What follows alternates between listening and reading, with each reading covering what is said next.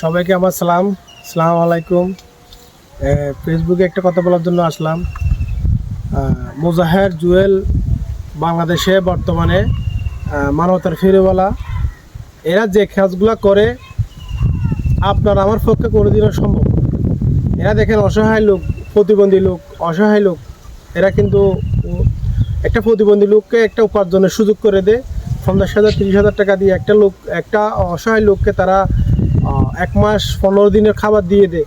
তো এই ধরনের কাজগুলো আসলে আপনার আমার পক্ষে সম্ভব না কোনো সময়। তো আমার দ্বারা যেহেতু ওই কাজ হবে না, আমার ওই কথাগুলা ওর কমেন্ট বক্সে গিয়ে খারাপ কথা বলা এটা তো উচিত না আমি মনে করি। যারা এই ধরনের কাজ করেন এরা এখান থেকে সরে আসেন। আমার মতো ওই মুজাহের জুয়েল বা যে কাজগুলো করতেছে আপনিও কাজগুলো করেন।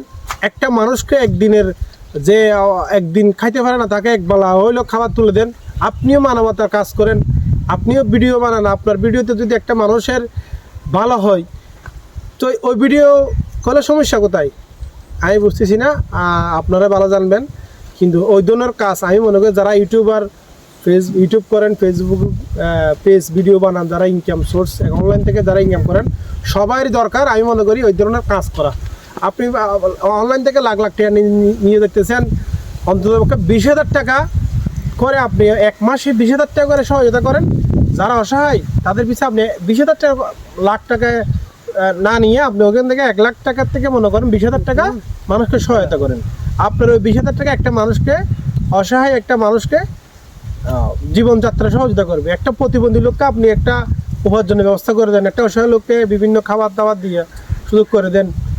আমি মনে করি এটাই ভালো হবে। আপনারা মানবতা যারা কাজ করে জুয়েল ভাই বা মুজাহের ভাই এরার গালিগালাজ না করে এরার কাজে সহযোগিতা করেন। এটাই আমি আপনাদের বলবো যে গালিগালাজ না করে ওদের কাজে সহযোগিতা করেন। এটাই আমার প্রত্যাশা থাকবে। সবাই এ ধরনের কাজে এগিয়ে আসেন। আসসালামু আলাইকুম।